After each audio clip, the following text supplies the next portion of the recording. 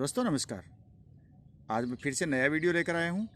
ये वीडियो हिंदी में होगा और इसमें हम 30 प्रश्न हल करेंगे। क्योंकि समय अपने पास कम बचा है तो टीचिंग एप्टीट्यूड के 30 प्रश्न हल करेंगे और इस सीरीज़ में हम 350 प्रश्न हल करेंगे।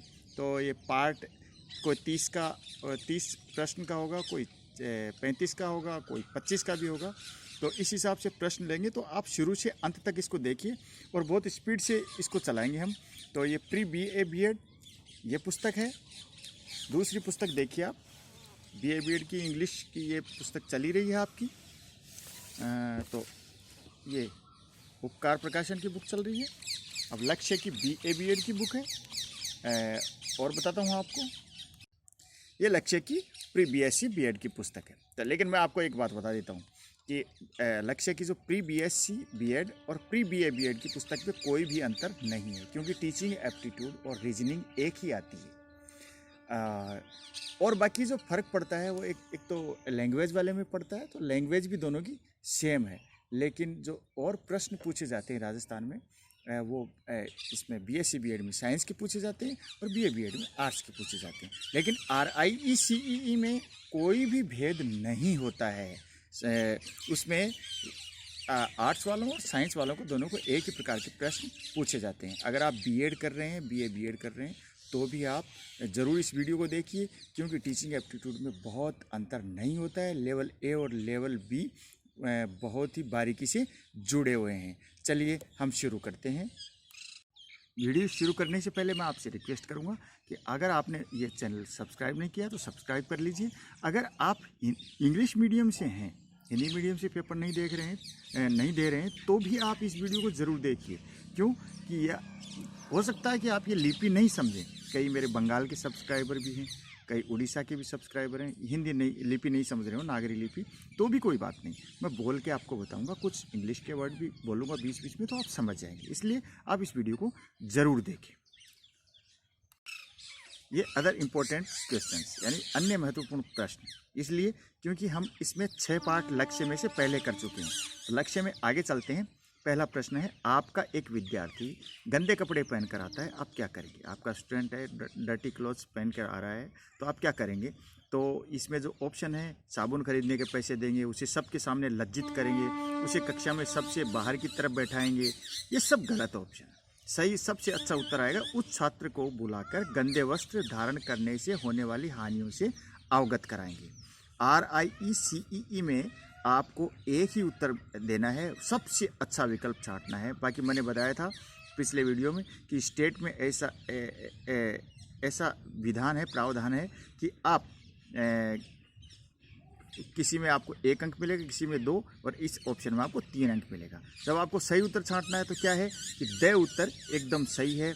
इसमें RIE CEE में आपको पूरा अंक 2 अंक मिलेंगे। लेकिन आपने इनमें ए ब स में कोई सा कर दिया तो आपको -0.5 अंक यानी आधा अंक आपका कट जाएगा। चलिए आगे चलते हैं।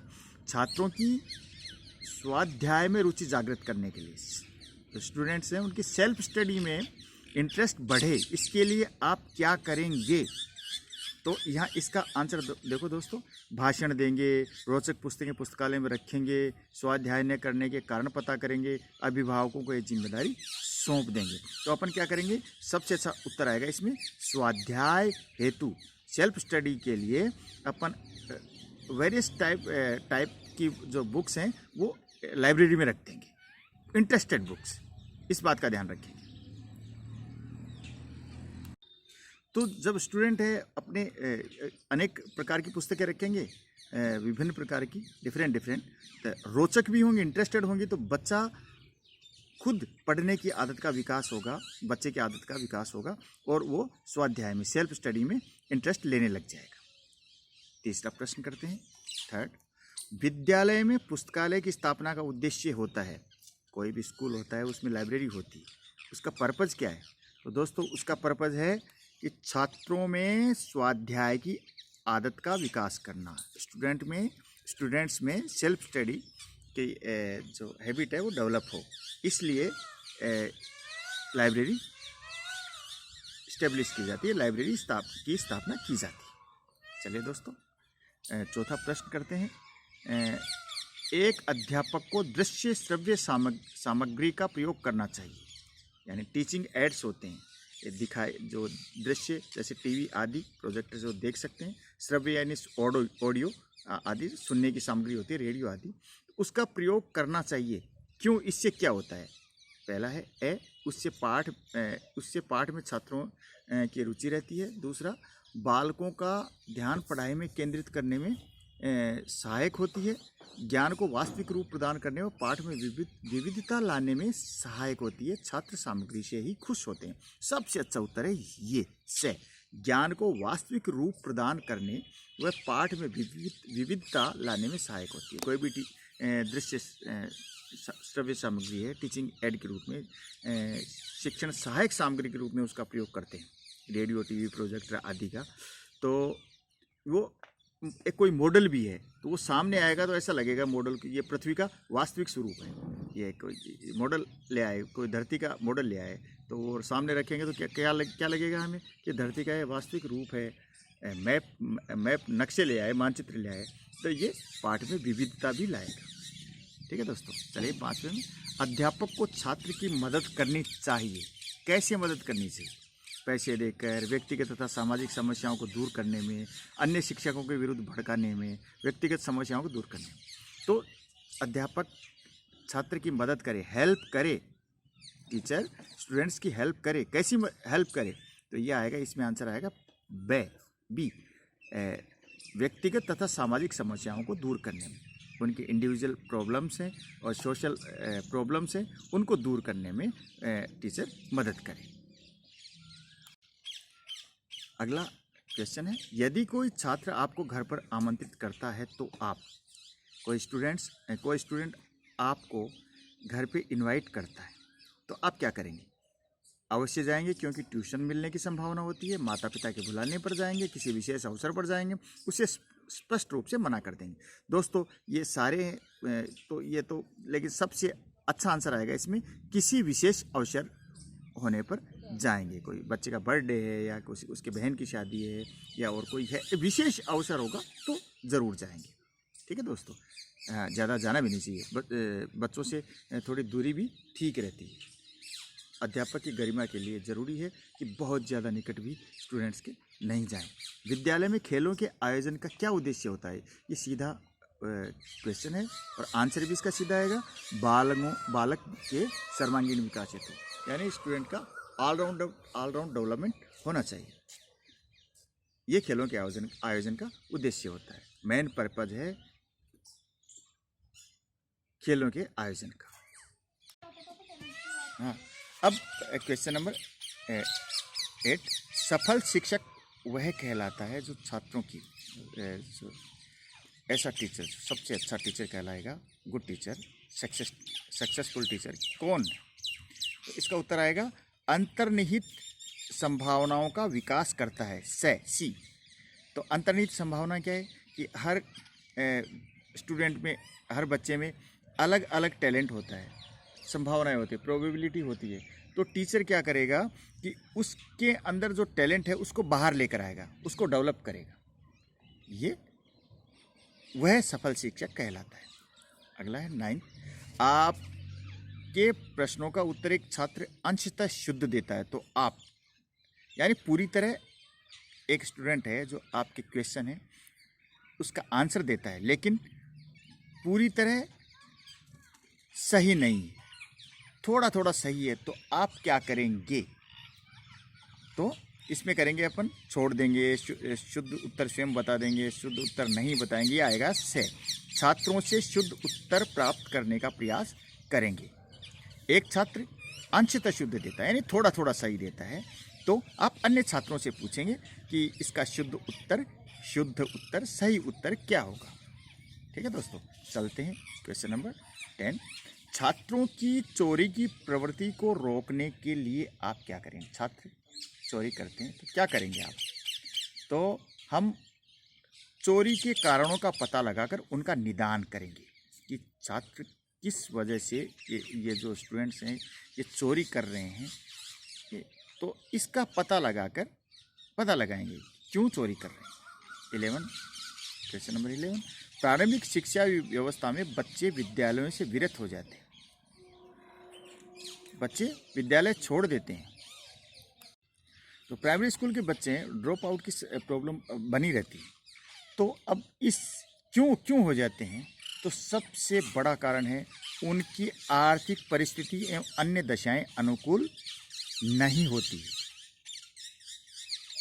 देखिए, पहले हमने प्रश्न हल किया था तो विद्यालय में वो उसके अंतर्गत किया था इस प्रश्न को हल। तो टीचर्स इंटरेस्ट इंटरपर्सनल रिलेशन में अपन ने इसको हल किया था। तब इसका आंसर आया था SI, ड्रॉप आउट की समस्या का। इंग्लिश वाली बुक में अपन ने किया था। उसका उत्तर बताया गया था कि जो टीचर्स है उसका फेलियर है, उसको उसका रिलेशन मेंटेन करना चाहिए। लेकिन देखिए दोस्तों, यहाँ उत्तर इसका क्या है, उनकी जो ड्रॉप आउट का कारण क्या बताया गया है, सबसे बड़ा कारण है उनकी आर्थिक परिस्थिति, economic conditions and other conditions and वो अच्छी नहीं होती। चलिए आगे चलते हैं। 12, क्वेश्चन नंबर 12। अध्यापक को स्वाध्याय में लिप्त देखकर छात्र के मन में, कोई टीचर है वो सेल्फ स्टडी करता है तो स्टूडेंट क्या करेगा, उसके मन में क्या आएगा, उसमें भी स्वाध्याय की भावना जागृत होगी। टीचर को देखेगा, टीचर भी सेल्फ स्टडी कर रहा है तो वो भी सेल्फ स्टडी करना पसंद करेगा, सीखेगा कि गुरुजी कर रहे हैं मैं भी करूँ। Question number 13। छात्रों में खेल के प्रति रुचि पैदा करने हेतु क्या करेंगे। खेल के प्रति उनकी रुचि और इंटरेस्ट बढ़े, उसके लिए क्या करेंगे, स्वयं उनके साथ खेलेंगे, उसके साथ बच्चों के साथ खेलेंगे कि भाई देखो मैं भी खेलता हूँ, गुरुजी खेल रहे हैं हम भी खेलें। चलिए आगे चलेंगे। यदि आपके विद्यालय में भिन्न भिन्न जाति वाले शिक्षक हैं, अनेक प्रकार के टीचर हैं, अलग अलग प्रकार की कास्ट है उनकी, तो आपका उनके प्रति कैसा व्यवहार होगा, बिहेवियर कैसा होगा। कोई बात नहीं, अलग जातियाँ तो क्या हो गया, उनसे कोई भेदभाव नहीं करेंगे, किसी भी जाति के हों। जाति पाति का भेदभाव एक शिक्षक होकर करने का कोई मतलब ही नहीं है, कभी करना ही वैसे तो किसी को भी नहीं करना चाहिए, लेकिन फिर शिक्षक किस काम का। शिक्षक को तो ये सिखाना है कि जाति पाति का भेदभाव नहीं रखना चाहिए। तो आप क्या करेंगे कि कोई भेदभाव नहीं रखेंगे। गृह कार्य छात्रों को स्वाध्याय प्रेमी तो बनाता है, इसके साथ साथ छात्रों में होमवर्क दिया जाता है बच्चों को, तो उसको सेल्फ स्टडी में भी सहायक होता है, सेल्फ स्टडी से उनको प्रेम हो जाता है। इसके साथ साथ छात्रों में क्या है, इसका उत्तर यही आएगा, ए, तर्क शक्ति एवं विचार शक्ति उत्पन्न करता है, यानी लॉजिक भी उत्पन्न करता है, थिंकिंग पावर भी बढ़ाता है। You can see other option but first option A is right. Question number 16। विद्यालय में कार्य करते समय बिना जानकारी में आपसे कोई अपराध हो गया, ऐसी स्थिति में अनायास ही बिना जानकारी आपसे अपराध हो गया, गलती हो गई, तो आप क्या करेंगे। तो हम क्या करेंगे, इसकी जानकारी अपने अधिकारी को देंगे। छिपाने की कोशिश करना, चुपचाप रहना, पश्चाताप की अग्नि में जलते रहेंगे, नहीं ऐसा नहीं है। अब हो गया तो हो गया अपराध, तो इसकी जानकारी अपने अधिकारी को दे देंगे, क्योंकि आप शिक्षक हैं, एक आदर्श प्रस्तुत करना चाहेंगे। निर्देशनकर्ता का लक्ष्य होता है कि वह व्यक्ति में विकास करे। किस चीज़ का विकास करे, सूझबूझ का, उचित परामर्श प्रदान करने का, दुर्बलताओं के समाधान का, सृजनशीलता का। कोई किसी भी चीज़ का डायरेक्शन देता है, डायरेक्टर होता है, तो उसके टारगेट होता है कि व्यक्ति के डेवलपमेंट में वो क्या क्या करे। तो सब उसको, जो किसी व्यक्ति में अगर दुर्बलताएं हैं, कमियां हैं, तो उनका समाधान कैसे हो सकता है, सॉल्यूशन कैसे हो सकता है, इस बात को निर्देशनकर्ता का यही लक्ष्य होता है। चलिए, व्यक्तिगत या सामूहिक रूप से प्रशंसा को तकनीकी भाषा में क्या कहा जाता है। तो ये तकनीकी भाषा में इसको पुरस्कार कहा जाता है दोस्तों। सामूहिक रूप से ये फलानी टीम ने अच्छा किया है, फलाने साहब ने अच्छा किया है, सामूहिक रूप से उनकी प्रशंसा कर देते हैं, तो इसको एक तरीके से पुरस्कार कहा जाता है, बड़ाई करना। 19, शिक्षण में कुशलता के लिए आवश्यक नहीं है। ये देखो, छात्रों के समुदाय का होना, शिक्षक कि बच्चों में सहज रुचि, शिक्षक का उच्च कुल से संबंधित होना, शिक्षक में छात्र समस्या का समाधान करने की क्षमता। ये देखिए, ये थोड़ी बहुत कुछ न कुछ आवश्यक है, लेकिन ये चीज़ बिल्कुल ज़रूरी नहीं है। शिक्षक का उच्च कुल से संबंधित होना, अब प्रकाश से कोई संबंध नहीं है, किसी भी जाति का हो। अध्यापक में और चीज़ें होंगी तो उसका जाति से कोई संबंध नहीं है। तो ये इसमें आंसर आएगा ब। कक्षा शिक्षण की व्यवस्था निर्भर होती है। क्लास टीचिंग की व्यवस्था किस पे होती है? ये शिक्षक की व्यावसायिक निपुणता,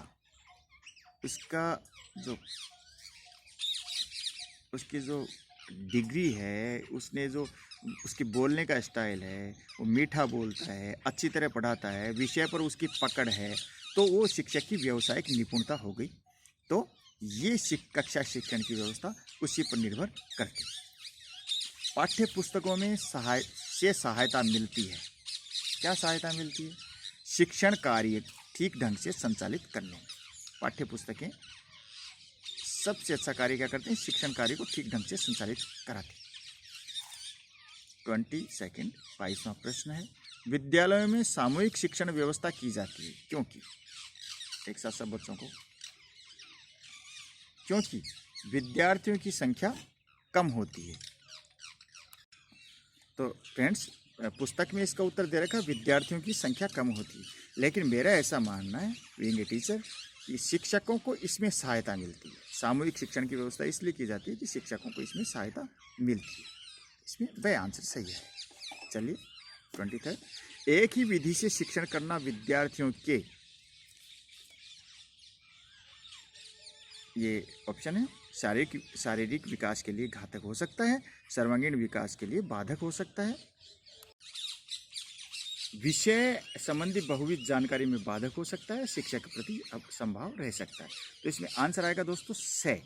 एक ही विधि से शिक्षण करना विद्यार्थियों के विषय संबंधी बहुविध अनेक प्रकार की जानकारी होती है, उसमें बाधक हो सकता है। तो हमें अलग अलग डिफरेंट मेथड से स्टूडेंट्स को पढ़ाई करवानी चाहिए, एक ही मेथड से पढ़ाई नहीं करवानी चाहिए, एक टेक्निक से पढ़ाई नहीं करवानी चाहिए। अगला क्वेश्चन है क्वेश्चन नंबर 24, हर शाला में प्राचार्य होता है, प्रिंसिपल होता है, जिससे कि विद्यालय का पर्यवेक्षण सुनिश्चित किया जा सके, यानी स्कूल का सुपरविजन अच्छी तरीके से किया जा सके, इसलिए प्रिंसिपल होता है। ठीक है दोस्तों, ये और भी ऑप्शन है, लेकिन सबसे अच्छा उत्तर आएगा इसका से। आप भी जानते हैं इसको। शाला में कक्षा प्रबंध का ठीक नहीं होना जो तक है, कक्षा का जो मैनेजमेंट है वो ठीक नहीं है। इससे क्या जाहिर होता है? ये होता है शिक्षक की अकुशलता का। शिक्षक की अकुशलता है कि कक्षा का मैनेजमेंट ठीक नहीं, इसका मतलब शिक्षक कुशल नहीं है, शिक्षक में कौशल स्किल नहीं है क्लास का मैनेजमेंट ठीक करने की। चलिए 26, शाला में पढ़ाए जाने वाले विषयों में छात्र की रुचि बढ़ाने के लिए क्या करना चाहिए? इसमें करना चाहिए नई व रोचक शिक्षण विधियों का प्रयोग करना चाहिए। आप ये ऑप्शन देख लीजिएगा, सारे के सारे थोड़े थोड़े सही लगेंगे आपको, लेकिन सबसे अच्छा होगा इंटरेस्ट बढ़ाने के लिए। शाला में जो अपन अलग अलग सब्जेक्ट पढ़ा रहे हैं उनमें बच्चों का इंटरेस्ट बढ़े, स्टूडेंट का इंटरेस्ट बढ़े, उसके लिए हम अब नई व रोचक शिक्षण विधियों का प्रयोग करना चाहिए। न्यू हो, इंटरेस्टेड टीचिंग मेथड्स हों, उनका प्रयोग करना चाहिए, टीचिंग टेक्निक्स हों, उनका प्रयोग करना चाहिए, यूज़ करना चाहिए। 27, शिक्षक तथा विद्यार्थी का परस्पर संबंध प्रभावित नहीं करता है।